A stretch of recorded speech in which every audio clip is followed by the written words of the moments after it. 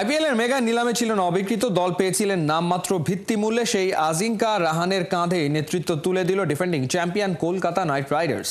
অভিজ্ঞ এই ভারতীয় ব্যাটারের সঙ্গে ডেপুটির দায়িত্ব সামলাবেন 23,75,00,000 রুপির ভেঙ্কটেশ আইয়ার। মাহমুদুল হাসান সজীবের রিপোর্ট। মাত্র 20 গড়ে 12 ইনিংসে অ্যাকাউন্টে তুলেছিলেন 242 রান। চেন্নাই সুপার কিংসের হয়ে গেল আইপিএলে তুলতে পারেননি একটি 50ও। সর্বোচ্চ খেলেন 45 রানের ইনিংস।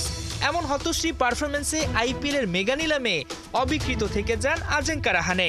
যদিও পরে ভিত্তিমূল্য 1.5 কোটি রুপিতে তার ঠাঁই হয় ডিফেন্ডিং চ্যাম্পিয়ন কলকাতা নাইট রাইডার্সে। দল না পাওয়া সেই রাহানেই এবার পেলেন কেকেআরের নেতৃত্ব। গেল আসরে শ্রেয়াস আয়ারের নেতৃত্বে তৃতীয় শিরোপার স্বাদ পায় শাহরুখ খানের দল।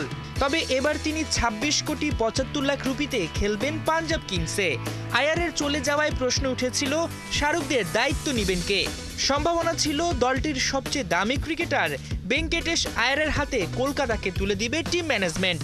কিন্তু শেষ পর্যন্ত সবাইকে চমকে দিল কেকেআর। 36 বছর বয়সী রাহানের ওপর ভরসা রেখেছে বাংলার ফ্র্যাঞ্চাইজিটি।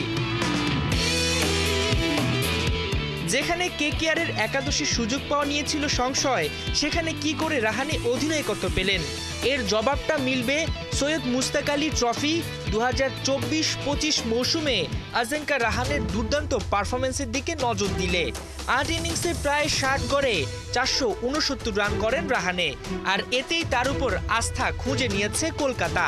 অবশ্য তার চাইতে অভিজ্ঞ ও পরিণত আর কেউ দলে নেই যে কিনা ক্যাপ্টেন্সিটা সামলাবে। এদিকে কেকেআরের দায়িত্ব পাওয়াকে বেশ গর্বের মনে করছেন রাহানে। শিরোপা ধরে রাখতে সেরাটা দিবেন বলে জানিয়েছেন তিনি।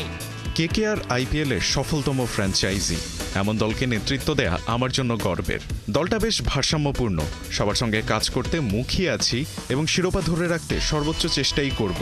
22 মার্চ ইডেন গার্ডেন্সে রয়্যাল চ্যালেঞ্জার্স বেঙ্গালুরুর বিপক্ষে ম্যাচ দিয়ে আইপিএল মিশন শুরু করবে কলকাতা।